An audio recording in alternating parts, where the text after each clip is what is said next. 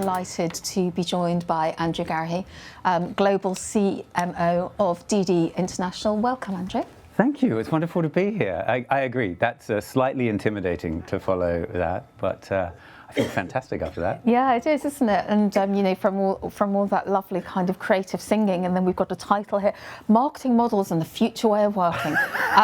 Okay, I promise it's not going to be dull.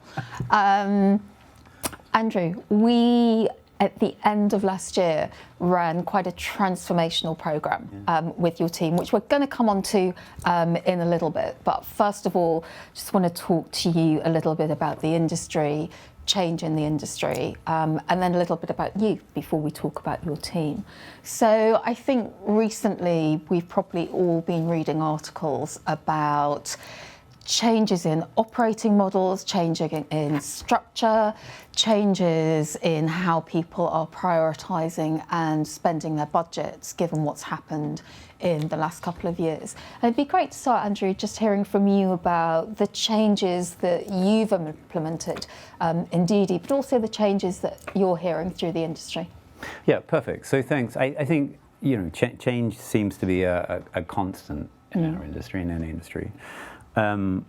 But actually, I think right now it's an incredibly good thing, especially organizationally wise. I think, you know, for me, I had a real awakening about a year and a half ago, personally as well as professionally, about I just wasn't that happy. And I've worked in some pretty toxic cultures in my time.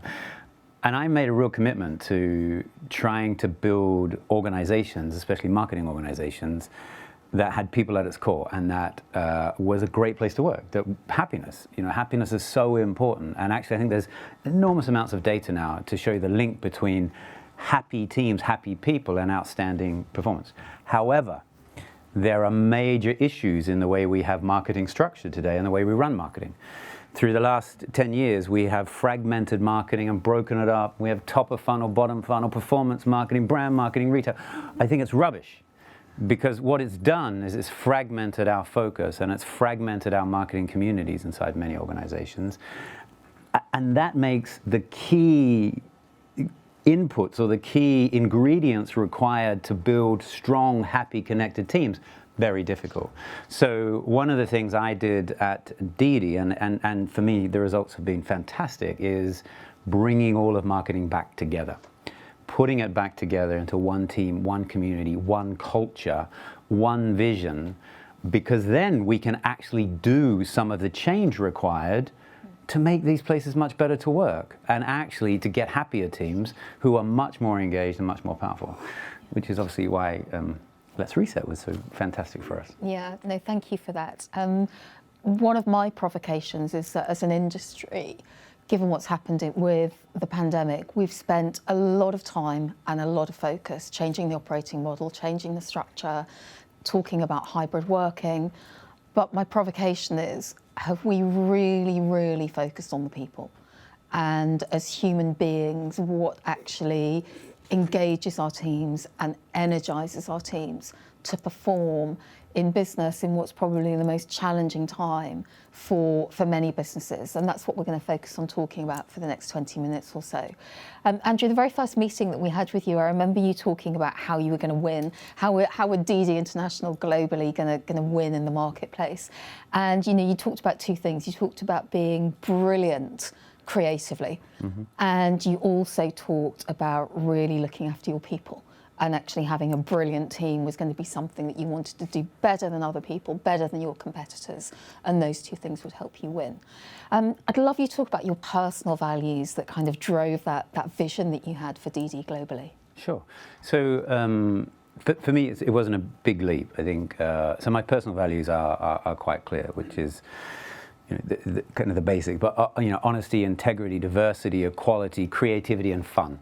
And I try and live my life by them. Now, ironically, a friend of mine who's a psychologist pointed out recently, the values we espouse are usually the ones we're really bad at. So I don't know what that says about me. Probably another interview. But for me, creativity and fun and diversity and equality are really important. Right? I'm an out gay leader in marketing, and I work in some pretty tough companies. So equality and diversity is really important. People are really, really important to me. In fact, you know, I've made so many mistakes throughout my career trying to be functionally brilliant and neglecting the people. And I finally, after a long time, worked out that was a big mistake. So for me, when, you know, the key to my vision for DiDi's marketing was to be one of the most creatively empowered teams in the world in any category. And just a great place to work, where people were empowered to do great work in a very safe environment. Now, I'm not sure if we completely achieved that, but that was our vision. Thank you. You have a global team in many different markets. And again, when we started talking to you about running a 7 Needs of Wellbeing and Performance Reset program, one of the things that you said was really important was to give everybody a voice. You know, 300 marketeers, 12 different countries. Why was that so important to you? Yeah, I think that there's some short-term reasons and some enduring reasons for that. I think, again, for me, one of my beliefs is that the greatest marketing happens when we empower people at all levels everywhere. And you know, I'm sure many of you experience the challenges between kind of central teams and regional teams and local teams, etc. Well, actually, I think they're structural issues that can quite quickly be eliminated. But if we give everyone a voice, an opportunity to have a voice, an opportunity to feel empowered, that's when amazing things happen. So that's super important. It was even more important at that time because contextually our company was in a crisis.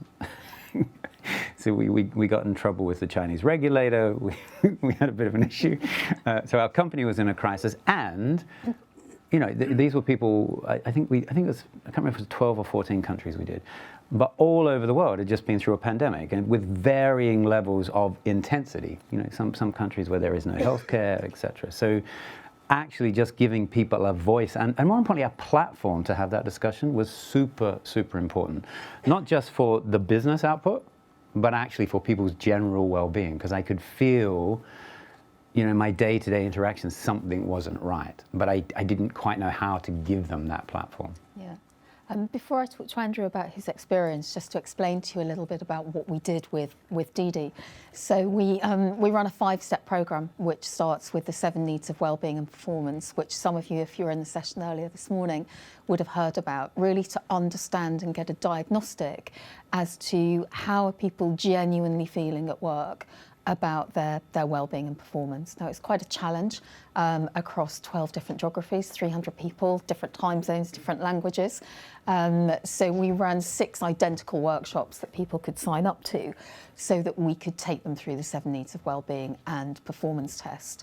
Now, often a program takes sort of 6 or 9 months from doing a diagnostic to then bringing an action plan together to then embedding it. And Andrew said, I don't want to do that. I want to do transformation in 6 weeks. Can we deliver the program in 6 weeks? To which, as a sort of energizing startup, we said, yeah, do you know what? We can do that in 6 weeks. So we started and we ran 6 workshops in 6 days across the 7 Needs of Wellbeing and Performance, where we got everyone to really open up and share their stories and share the reasons behind their scores. Now, Andrew, I was lucky enough to end up moderating the workshop that you sat in, and it would be great if you could share your experiences, both as a leader but also as a participant in that 7 Needs workshop. What did it feel like? What did you learn? What did you experience? Yeah, it's a really good question. So I think, I'll be super honest. Going into it, I wasn't fully prepared for what was about to happen. I'll also be super honest. I didn't fully understand Let's Reset. But I knew Suki and I trusted Suki, and you know, I'd heard good things, so I took a leap of faith. But that first workshop was quite shocking, actually, but shocking in a good way. So I think that I'll let you in on a secret. I don't even have even told Suki this, but. The workshop started, and I started by sharing my story about what I was going through and what's happening in my life. And my husband is quite ill, so I shared that story to kind of set the stand and make sure it was a safe space for everyone. And that unleashed really true stories, but actually quite horrific stories of people I work with every day. Yet I had no real understanding of what was going on in their lives. And there were people in that workshop who had lost parents, who had gone through incredible trauma, and I'd been working with them every day, and I had no idea what they were really going through. And we had tears, and we had the level of support that took place in there shocked me. It shocked me because I was so ignorant to what was really happening with the people I called colleagues and the people I said I cared about, and it shocked me as to just the empathy and the relationship was built through that workshop. I also panicked, I have to say, because there was one point, I was just telling Helen this before, I thought to myself, holy shit, I've just let a massive genie out of the bottle for this company in 12 different countries. I didn't really tell HR, I don't know how to put this back in the bottle. Oh my God, I'm not sure if we're actually ready to deal with what we've just let out. Now, thankfully we were, and I got over my panic quite quickly. But it was amazing, and I'm a massive advocate, so I'm not. It sounds like I'm selling it, but I'm genuinely not. It genuinely touched me, and it was shocking and surprising. And actually, what then happened after every workshop, I would get emails from people all over the world just saying thank you. Thank you for giving us a safe space and for taking this stuff seriously, and thank you for making it okay to talk about. Now, as a leader, I get quite emotional when I say it. As a leader, that's probably the best working day I've ever had in my life. Forget marketing and awards and stuff. As a leader, if that's what we can do, wow, that makes it worth it. And it's so simple to do. So simple it can be done in 6 weeks. Yeah, so simple in 6 weeks. So when we ran that workshop, and I remember it was sort of, it was winter last year, and I remember it was getting dark outside, and we got everywhere. It was all run virtually on Zoom, and we'd had all these conversations that Andrew's just talked about in small breakout groups. And then what we do is we bring the whole group back together, and it's anonymous, but we share some of the things that we've heard, the themes that we've heard. And then this has never happened before, and we've run these workshops with thousands of people over the last couple of years. But we were about to close the session, and Andrew said, on the screen, imagine everyone's little face on the screen, Helen, can we get our group back together again? At which point I panicked because this had never happened to me before. But Andrew, talk about that. Yeah, so this was amazing. So obviously we had a big group. We were doing this with the Brazil team, which is quite a big team for us, and we'd broken into smaller groups. But the group I was in, not everybody had a chance to share how they were feeling or complete their part of the workshop. And of course we ran out of time, so we were switched back into the groups. And in an instant, I'm getting messages on the internal system. I need to have my say. Please, can we come back together? I want to talk about this. Which again, I think is just test. It was amazing, right? When we started that 30 or 40 minutes earlier, most people would have been, I'm not sure I want to talk about this. But through that process of people just opening up, being really vulnerable, being really honest, it unlocked something in everybody that they felt it safe enough to actually demand to come back and have their chance to share that. And I'll talk in a minute about some of the actual empirical data we measured after this, which just shows how powerful this actually was. So continuing on the journey, we ran these workshops for 300 of your team, and we went away and we looked at the data, we looked at what people had scored themselves, we looked at where some of the commonalities were, we looked at where some of the differences were, but we looked at some of the big themes that were coming out as well. And what we then did after sort of having these sessions with 300 people, we grouped your leadership team together, your global leadership team. There was about 14 of you. Mm-hmm. And I think as a leader, that can sometimes be very difficult because we played back to you some quite big challenges that the team were facing. The fact that a lot of the team were new to the organisation and they hadn't met anybody. Because thinking globally what was happening in lockdown, there was, while we were sort of emerging out of it over here in the UK, some of your markets were fully in lockdown. You had a lot of new, younger members of the team who'd missed that support, that learning support. But you had a lot of people just saying, we're exhausted. We are on calls from 7 till 7, and we can only start getting on with our work and our objectives on a Saturday morning. And I remember we had to play that back to you as a leadership team and then call you guys to account and say, what are you going to do about it? Because a big part of what we do is to put in tangible actions. Talk to us a little bit about that leadership workshop, Andrew, and how it felt having all of that played back to you. I think, in a word, uncomfortable. Yeah, I think, you know, the results of the kind of the 7 Needs workshop were super clear, and like many companies, I think at the time, people were just burnt out. They'd had enough. They were in so many meetings, they couldn't get any work done. And, you know, the message was super, super clear. You need to find a way to give us more time to do quality work, to truly be creative, and to have some balance in our life, because at the moment we're just not getting it. And for my leadership team and I, that was a bit challenging, especially for me. I'll be honest. I love my work, and I'm incredibly energized, and I tend to drive people quite hard, as you experienced with the 6 weeks. Yeah. So that was quite tough for me to have to say, okay, this is clearly too much. We have to find a new way of doing this. And also, I was doing this in marketing, right? I didn't really get any approval from HR or anyone else. I was just doing this for marketing, but marketing's part of the bigger machine around the world. So anything we're going to do in marketing, how's that going to work with the rest of the machine? Can I change the entire machine, or do we just focus on marketing? So it was really uncomfortable, because there was some inescapable, very uncomfortable truths that just had to be addressed. And again, if this was going to work, we actually had to address them. So yeah, it was a difficult workshop. But there's one thing in that workshop that I loved.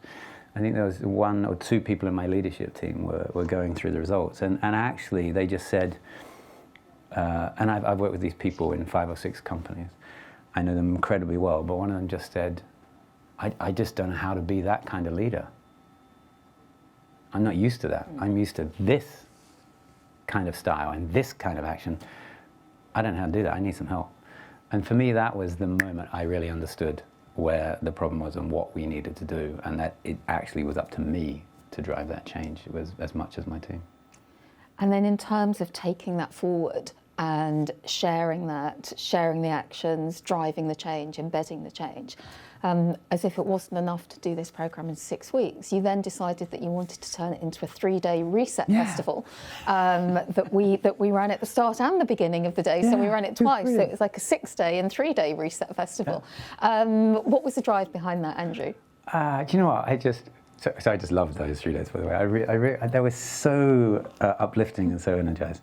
I think the reason I wanted to do that was quite simple. I was so touched by the first part of the process, not just the workshop, but the feedback I kept getting from all over the world. And it didn't matter if it was Japan or South Africa or Egypt or Mexico. The feedback was so powerful that I thought we had to do something much bigger about this. We had to actually celebrate what we learned, and we had to immerse ourselves much more. Now, one of the things that came out of the 7 Needs assessment is, we hadn't allowed any time for creativity. So we made that festival also about celebrating creativity and actually celebrating the work that was done, both good and bad.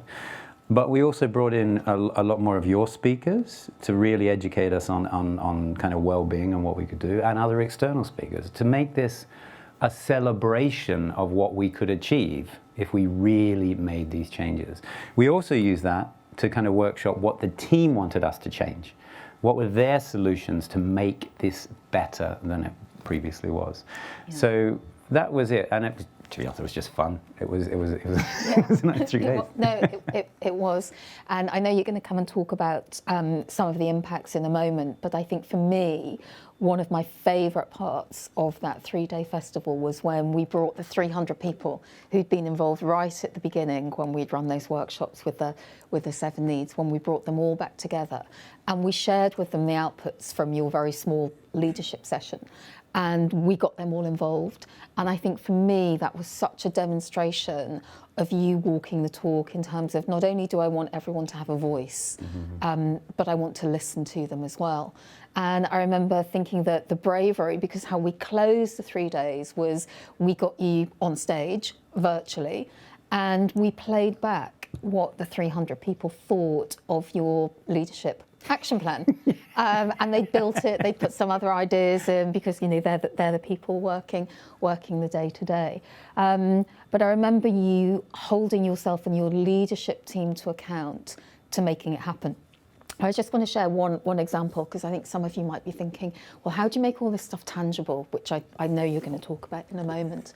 But going back to the challenge that a lot of people had shared with you and said, you know, we are literally on our computers 12 hours a day. We do not have time to do the day job that you're asking us to do. And boy, do we have some challenging commercial targets to hit by quarter.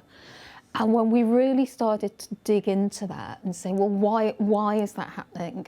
And this wasn't about going through the detailed ways of working. It wasn't about going through detailed process. We were looking for some really big symbols of change. And when you looked at yourselves in the mirror, I think one of the things that you weren't doing well was having great meeting discipline. Yeah. And I remember getting to the point when we agreed and said, actually, if we had really, really good meeting discipline in that we had a really clear agenda, and we had really good clarity on the decisions that we want to make. I remember you saying, I will guarantee as the global CMO that you will be able to decline at least 2 meetings a week that will enable you to be creative or to do other work that you're saying you haven't got time to do. It was quite brave of you to say that in front of everyone. I don't know if I'd call it bravery. I don't think I call it bravery. I think to me it's just, we'd all been on this journey together. It required commitment. And my team were really clear about what they wanted. The single biggest problem was super clear. Too many meetings, too much time in meetings. So, and my core goal still remained the same. I wanted people to be more empowered and happy and do brilliant work. So I don't think it was brave, actually. I think it was quite pragmatic and practical, and I also had no choice. But I will go on to say that one thing had a huge impact, because at an executive level, I went back to the president and the CEO of the company and said, we have a fundamental issue in our company, way beyond meetings. We have so many people in meetings because as an organization, we are not empowering people to make decisions, and we're not making it a safe space. So everybody thinks they need to attend every meeting. We have to change this company from the top. And actually, I'm really, really pleased to say, post that, we changed a lot across the entire company to take out bureaucracy, to give people much more empowerment, so we could break the belief, and this was the problem, I must be in that meeting, I can't say no, I might miss out on something, I might get looked down, I might make a bad decision, therefore I need everybody else in the meeting. We managed to get rid of all that. We also reset all the OKRs. We reset marketing scope with the entire business and said, guess what? This is our scope, we're not doing anything else. So if you want us to attend a meeting outside of that, we're not going to do it for a while. We also, if you remember, agreed to no meetings on Friday afternoons at all. Yeah. Now, I found that really hard to stick to, but it was actually amazing, because people said if I could just have Friday afternoons to catch up on the week, I could go into my weekend not worrying about stuff. So simple. Yeah. But it took listening and commitment. Yeah.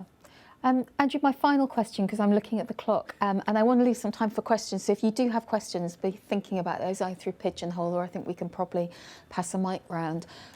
Talk to us about the impact that the program's had, because you've had some amazing results, yes. haven't you? Yeah, so this is super exciting. So I have to say, this is not by great strategy or good measure, this is purely good luck. But just after we did the program, we ran our ENPS survey. And so I had, this was the one outlier for marketing versus the rest of the organization, right? Apart from outstanding leadership. It's a joke. Love it. But this was the one outlier. So I could benchmark what was happening with marketing in ENPS versus other parts of the organization all over the world. Now, the results, I have to say, were quite shocking in a good way. So marketing as an entire organization versus the rest of the organization was 28% higher in terms of ENPS. And the only dramatic different thing that had taken place was this program. And this program, whilst we did it in 6 weeks, it was quite intense. We invested we invested in it financially, we invested time in it, and we invested our passion and our energy in it. So ENPS lifted 28% higher than anyone else. Now, what's even more exciting is what sits behind that. I talked at the outset about I truly, truly believe happiness at work is the key to competitive advantage. It's the key to us actually all living better lives. Now, if you've studied happiness at work, one of the most important inputs to happiness is relationships. And actually, one of the strongest things that came out of the wellbeing workshop is we had really good relationships. But collaboration in marketing versus anywhere else was 50% higher. So much so that in the organization at the exec level, it started a conversation. What are you doing in marketing? We can't get people to talk one desk away, yet you've got these incredible collaboration scores. Transparency and authenticity in leadership was, I think, 14% higher than anyone else. So this stuff worked. Now, I cannot say 100% it is a direct result of what we did, but its proximity to the survey, and it's the only real outlier, give me great confidence. And you know what? It just makes sense. What I felt, what I experienced, it just made sense. Yeah, and so huge advocate, do it all again. I love the model. The model is so simple, it's genius. And I would say it's probably the fastest way to get commercial growth in any organization. Because you empower that entire workforce, you energize that workforce, you get them to collaborate, you get them to love a little, the results will speak for themselves. I love that. It doesn't have to be complicated. Actually, the power is in the simplicity. We've probably got time for one or two questions. Does anyone have a question? There's a mic here if anyone does. Yeah, we've got one right in the middle just to challenge your skills of getting the mic across. Brilliant. Thanks, Matt. Hey, Andrew. Hey. You said at the beginning you weren't quite sure what you were going into, but you trusted Suki. How did you present this to both the leadership team and the wider team? And how did they react before you started and got results? It's an excellent question. So to the executive leadership team, I didn't present it at all. Because I'll be honest, I knew if I went to HR asking for permission to do this, it would never have happened. And let me be clear before anyone quotes me. Not because they wouldn't understand it, but because it would have kicked off a lot of process and it would have kicked off procurement and all these other things that just would have slowed it down. And I didn't have time for that, and I didn't want that. So the short answer is I didn't ask. Now, I did, when it was all committed and done, and a couple of days before starting, I did brief them so no one was embarrassed. So no one got a call saying, what's this program that marketing is doing? So the short answer is, to the exec leadership team, I didn't, and to HR, I didn't. And that's not because they're great partners and they do a great job, but I just knew it would slow it down. And I just always operate on just get it done, get some data and learn, and then kind of ask for forgiveness rather than permission. My leadership team was completely different. So I really engaged them. And I'll be honest, at the start, I'm very commercial, and I tend to have a very commercial leadership team. At the start, they were a bit like, why are we doing this? Like, can't we just get on with it? Why? Which I think is probably part of the problem of why we had some of the results we did. But again, once they understood what we were trying to achieve, and they were very bought into our vision about, creativity and empowerment, and they could see the link, then they were 100% behind making it happen and participating. We're nearly out of time. I know Andrew's around for a little bit this afternoon, so if any of you do have any questions and want to have a chat to Andrew, please do. But thank you very much. Andrew Gary, everyone. Thanks. Thank you. Thank you very much. Thank you.